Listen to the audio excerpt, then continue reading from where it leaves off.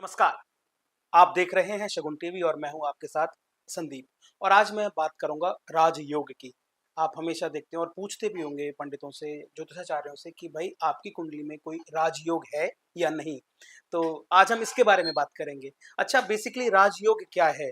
तो राजा का पुत्र यार राजयोग में होना, क्या आप ये समझते हैं? या आप काम करके बहुत सारी संपत्ति प्राप्त कर लेते हैं, आप ये समझते हैं? या तीसरा, कहीं से आपकी लॉटरी लग जाए, बहुत सारा धन आपके पास आ जाए, क्या इसे आप या राजयोग समझते हैं? जी, ये सारे ही राजयोग हैं। यानी आपके पास अपार धन संपत्ति, अपार बहुत सारी चीजें हो जाएं, वो राजयोग है। क्या ये आपकी कुंडली में आ रहा है? क्या ये आपकी कुंडली में बनता है? कैसे बनता है? आज हम इसके बारे में बात करेंगे। जैसा कि आपको पता है कि एक से लेके यानी कुंडली में पहली राशि से लेके मेष से लेके और आज मैं मीन तक की मैं बात करूंगा कि आप जिस भी उसके हो, राशि के हो, आपकी कुंडली में राजयोग कब बनता है और आप उसको कैसे बनाए रख सकते हैं। बहुत सारे आपने देखे होंगे ना, आपको पैतृक संपत्ति तो प्राप्त हुई, लेकिन आपके साथ कुछ ऐसी घटना घटी कि वो संपत्ति सारी चली गई। कुछ और ऐसी घटना घटी, दुर्घटना हो गई, बेसिकली दुर्घटना हो गई और वो सारी संपत्ति, सारा कुछ भी आपका चला। आपने धन खरीद लिया, आपने घर बना दिया, पता लगा कुछ दिनों बाद वहां बाढ़ आ गई, आपका घर बह गया। तो ये कैसे आप देखें, कैसे समझें इस बात को कि राजयोग आपके लिए कारक भी है या आपकी कुंडली में आया और चला गया। तो चलिए हम इसके बारे में बात करते हैं।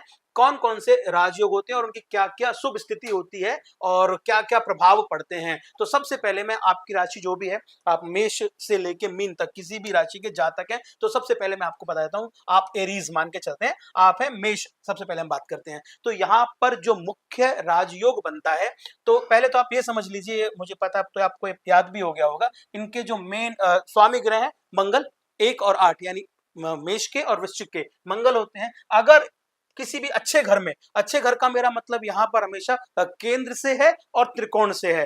केंद्र का मतलब हो गया आपका, जब हम कुंडली बनाते हैं तो एक इस तरह चल, 1, 4, 5, 7, 9 और 10, ये आपके राजयोग के मेन होते हैं, जिसमें केंद्र और त्रिकोण शामिल है। केंद्र का मतलब 1, 4, 7, 10 हो गया और त्रिकोण का मतलब 1, 5, 9 हो गया। अगर इन भावों में अच्छे और स्ट्रॉन्ग प्लेनेट आपकी कुंडली के हिसाब से, आपके स्वामी ग्रह के हिसाब से आपको आ जाते हैं, तो ये राजयोग की स्थिति बनाते हैं। तो अब मैं सबसे पहले बात कर रहा हूं मेष लगन की कुंडली की। मेष लगन के जो स्वामी ग्रह वो आपके मंगल देव हो गए। अगर मंगल देव के साथ सूर्य आ जाते हैं, अगर मंगल देव के साथ सूर्य आ जाते हैं और इनका सबसे जो भाव, अच्छा भाव है, वो पहला, पांचवा, नौवां और 10वां, अगर इन भावों में मंगल और सूर्य की संयुक्त युति हो जाती है तो आपके लिए बहुत अच्छा देंगे। और दूसरा, गुरु और मंगल की संयुक्त युति हो जाती है तो भी आपके लिए बहुत अच्छे राजयोग के अवसर प्राप्त कराएंगे। अच्छा, इनका विशेष फल किस स्थान पर प्राप्त होगा ये भी आप देख लीजिए। आप, इनका विशेष फल प्राप्त होगा या तो लगन में, लगन का मतलब पहले घर में, या फिर आपको प्राप्त होगा 10वें घर में। अगर 10वें घर में और पहले घर में ये स्थिति बनती है, सूर्य के साथ मंगल और गुरु के साथ मंगल, तो आपके लिए बहुत अच्छा रहेगा। अगर लगन में आ जाते हैं तो आप बहुत अच्छा नेतृत्व प्राप्त कराएंगे, आप बहुत अच्छे लीडर बन सकते हैं और लीडर बनने के बाद आपको धन संपत्ति और बहुत कुछ प्राप्त होने वाला है। और अगर 10वें भाव में आ जाता है तो सरकारी सफलता आपको प्राप्त होने लग जाएंगी, आप अच्छी सरकारी सफलता में आ जाएंगे। अच्छा, ये तो बात हो गई मेष लगन की बात। अब मैं थोड़ा सा आगे बढ़ता हूं और अब बात करता हूं दूसरी राशि की। दूसरी राशि हो गई वृष लगन की कुंडली या टॉरस की मैं बात करता हूं। अच्छा, यहाँ पर क्या क्या अच्छा हो सकता है, राजयोग क्या बनाता है? राज का मतलब राजसीय से ही नहीं है, राज का मतलब जो आप अच्छा चाहते हैं, आपके लिए जो जो अच्छा हो सकता है, चाहे वही केंद्र और त्रिकोण, वही शुभ स्थिति है। तो अगर शनि और शुक्र यहां पर, और शनि और बुध यहां अगर आ जाते हैं, अच्छे भावों में आ जाते हैं, तो आपके लिए विशेष फल प्राप्त हो जाता है। अब इसके लिए अच्छे भाव कौन कौन से हैं? एक तो 10th हाउस इसके लिए अच्छा भाव है और एक है 4th हाउस। अब 4th हाउस में यहां पर आपको संपत्ति, वाहन और पैतृक संपत्ति से मेरा अर्थ है वो आपको बहुत प्राप्त हो सकती है। जो कहते हैं ना, भाई आज तो मजा आ गया, मेरे परिवार में पता नहीं कितने सालों से विवाद चल रहा था और अब ये समाप्त हो गया, अब मेरे पास इतनी अथाह संपत्ति है कि मैं कुछ भी ना करूं ना तो भी मेरी 2 पीढ़ियां खा लेंगी। तो वो जो स्थिति बनती है वो यहां से बनती है, जब आपके शनि और शुक्र, शनि और बुध सबसे अच्छे भावों में आते हैं। सबसे अच्छे भाव यहाँ 1, 4, 5, 9 और 10 हैं। और अगर ये 10वें भाव में आते हैं तो बहुत बड़ा उच्च पद आपको प्रदान करते हैं, बहुत बड़ा करियर देते हैं। और वहीं अगर ये 4th हाउस में आते हैं तो संपत्ति, वाहन का सुख आपको प्राप्त होता है। तो ये तो रही अब इसकी बात, वृष लगन की कुंडली की बात। वृष लगन की कुंडली अब बात करता हूं मैं मिथुन लगन की कुंडली की बात। मिथुन में कब कब राजयोग की स्थिति बनती है। मिथुन का स्वामी ग्रह आपको पता है बुध है, बुध इनके स्वामी ग्रह हैं। अब बुध बुद्धि के कारक हैं। अब बुद्धि के साथ अगर इच्छा पूर्ति भी हो जाए यानी शुक्र मिल जाए तो, और दूसरा कर्म प्रधान हो जाए, बुद्धि और कर्म दोनों मिल जाए तो भी आपके लिए राजयोग की स्थिति बन जाती है। अब ये राजयोग की स्थिति किस किस भाव में बनेगी? 1, 5, 7 और 10, इन भावों में ये दोनों की संयुक्त युति हो जाती है, बुध के साथ शुक्र और बुध के साथ शनि हो जाते हैं तो आपके लिए राजयोग की स्थिति बन जाती है। अच्छा, इससे विशेष फल क्या प्राप्त होगा?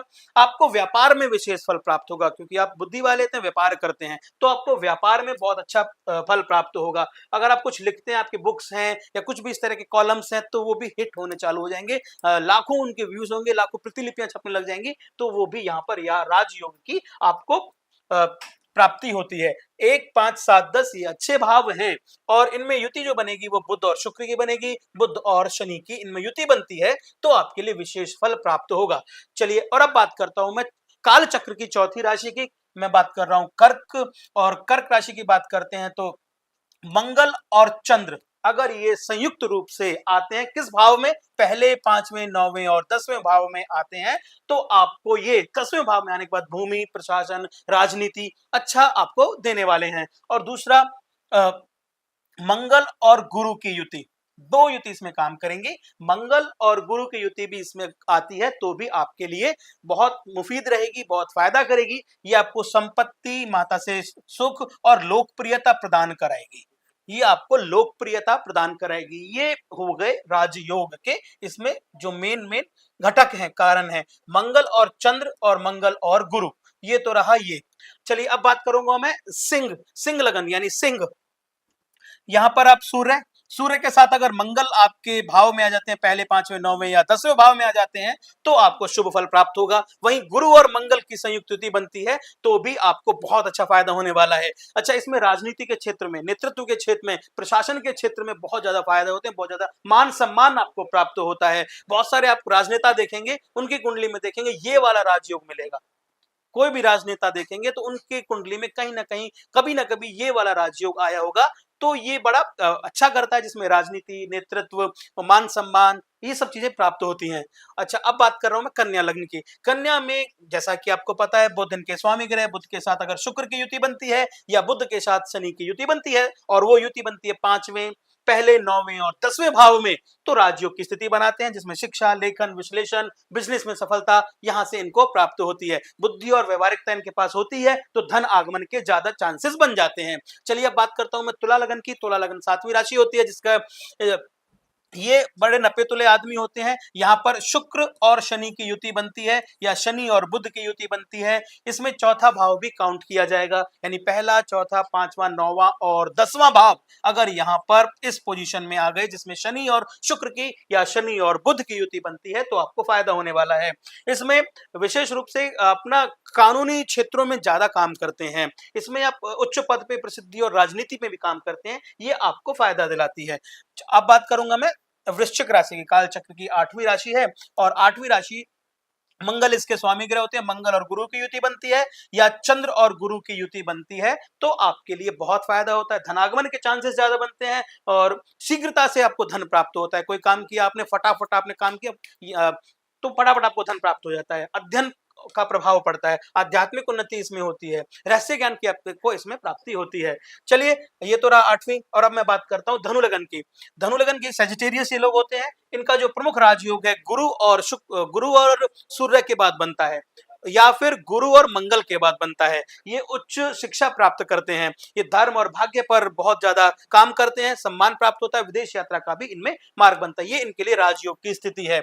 मकर, इनके जो मेन राजयोग वाली स्थिति बनती है वो पहले, पांचवें, नौवें और 10वें भाव में अगर शुक्र और शनि आ जाते हैं या गुरु और बुध हो जाते हैं तो इनको बहुत फायदा होता है। अगर 4th हाउस में ये चीजें आती है तो सुख, संपत्ति, वाहन की प्राप्ति होती है और 10वें भाव में आते हैं तो यहाँ पर करियर में बड़ा प्रभाव पड़ता है, बड़ा बदलाव देखने को मिलता है, उच्च पद की प्राप्ति होती चली जाती है। कई लोग कहते हैं ना कि यार मैं पिछली बार ये था, अगली बार ये हो गया, फिर ये हो गया। इनको बहुत ज्यादा पदोन्नति प्राप्त होती है, काम किया पद प्राप्त हुआ, फिर एक और काम किया पद प्राप्त हुआ, तो ये जो स्थिति बनती है कैप्रिकॉर्न में, वो यही बनती है जो इनका राजयोग है, शुक्र और शनि। इच्छा पूर्ति शनि कराते हैं, काम करते हैं, इच्छा पूर्ति शनि कराते हैं। गुरु और बुद्धि दोनों, यानी ज्ञान भी है इनके पास और बुद्धि भी है। ज्ञान और बुद्धि विवेक का प्रयोग करके ये आगे बढ़ते हुए चले जाते हैं, क्योंकि राजयोग में इसी तरह की चीजें आती हैं। और अब बात करता हूं मैं मेरी सबसे प्रिय राशि कुंभ लगन की ये राशि है। इसका जो मेन भाव है, पहला, पांचवा, नौवां और 10वां भाव है, यहां पर आप देखेंगे तो शुक्र और शनि की युति बनती है तो आपको राजयोग बनता है। बुध और गुरु की स्थिति बनती है तो भी राजयोग बन जाता है। और ये तकनीकी, विज्ञान, समाज सेवा, प्रसिद्ध समाज सेवा में एनजीओ वाले काम करेंगे, पैसा, धन, संपत्ति सब प्राप्त करेंगे, यहाँ पर इनकी राजयोग की स्थिति बनती है। और अब सबसे अंत में मैं बात कर रहा हूं 12वीं राशि की, कालचक्र की सबसे अंतिम राशि, जल तत्व की ये राशि है। यहाँ पर अगर गुरु और मंगल आ जाते हैं तो राजयोग बना देते हैं, चंद्र और गुरु आते हैं तो भी ये राजयोग की स्थिति बनाते हैं। लेकिन इनका भाव कौन सा होना चाहिए? पहला, पांचवा, नौवां और 10वां इस भाव में है तो ये राजयोग की स्थिति बनाते हैं। आध्यात्मिकता और ज्ञान इनमें कूट कूट के भरा होता है, शिक्षा और परोपकार की भावना इनमें होती है। तो ये बहुत सारी चीजें हैं जो इनमें करते हैं, इनके हिसाब से ही इनको धन और इच्छा पूर्ति प्राप्त होती है। राजयोग का बहुत अर्थ है, बहुत विस्तार है, ये तो मैंने सिर्फ सार आपको बताया है। अब सविस्तार जब कभी हम बात करेंगे तो इसके बारे में हम लोग बात कर सकते हैं। अच्छा, किन स्थितियों में राजयोग नहीं लगता या नुकसान हो जाता है? छठे भाव में अगर ये प्लेनेट आ जाते हैं तो राजयोग कमजोर हो जाता है। दूसरा, छठे भाव को हम मानते हैं कि भाई ये बीमारी का भाव है, यहाँ ये फल नहीं देगा, यहाँ भी आपको पैसा प्राप्त होगा लेकिन बीमारी में चला जाएगा। बहुत सारे लोग कहते हैं यार मुझे पास पैसा तो आता है लेकिन खर्चे हो जाते हैं, वो कहां से हुए? छठे भाव से हो गए, क्योंकि यहाँ बीमारी में खर्चा हो गया, हॉस्पिटल्स में खर्चे हो गए। दूसरा, आठवें भाव में अचानक घटनाएं हो जाती हैं, भाई पता लगा कि आप काम करने जा रहे हो, रास्ते में एक्सीडेंट हो गया जी, रास्ते में कुछ और ऐसी बात हो गई, तुम वापस आ गए, कोई ना कोई ऐसी घटना घट गई, मैं नहीं जा रहा, मैं ये काम नहीं कर रहा हूं। वो स्थितियां बनती हैं आठवें घर से। और 12वें भाव से ये व्यय का भाव है, ये 12वां भाव भी व्यय का भाव है। इन स्थितियों में राजयोग कमजोर हो जाता है। अच्छा, फल क्या क्या प्राप्त होते हैं, मैं अब इसको कंक्लूड करता हुआ चलता हूं। इसमें उच्च पद, प्रशासनिक सेवाएं प्राप्त होती हैं, धन संपत्ति के योग बनते हैं, नेतृत्व क्षमता की आपको प्राप्ति होती है। इस तरह से आपको फल प्राप्त होते हुए चले जाते हैं। आप में नेतृत्व क्षमता आ जाएगी तो आप आगे किसी भी कंपनी में है, किसी अपना काम है तो आप आगे बढ़कर वहां पर आप काम करेंगे जिससे आपको फल प्राप्त होगा। ऐसे भाग्य की आपको प्राप्ति होगी, एक काम करेंगे दो का लाभ मिल जाएगा आपको। कई बार ऐसा होता है कि अच्छी ग्रह दशा, अंतर दशा चल जाती है तो आपकी लॉटरी जैसे कुछ लाभ हो जाते हैं। तो ये जो पूरा चार्ट है इसमें मैंने कोशिश की है कि आपको ये बताया जाए कि आपकी कुंडली में, चाहे आपकी मेष लगन की कुंडली हो, चाहे आपकी मीन लगन की कुंडली हो, कोई भी कुंडली हो, उसमें राजयोग कब कब प्रभावित रहता है। तो मुझे लगता है कि आपको ये वीडियो बहुत अच्छी लगी होगी, आपने इसे सेव भी कर लिया होगा और अपने जानने वालों में इसे सब्सक्राइब और शेयर भी कर दिया होगा, क्योंकि ये 1 से लेके 12 तक यानी सभी के लिए है और सभी को देखना भी इसलिए चाहिए क्योंकि उनको पता लगेगा कि उनकी कुंडली में राजयोग की स्थिति कब और कैसे बनती है। वीडियो में अंत तक बने रहने के लिए बहुत बहुत धन्यवाद। नमस्कार।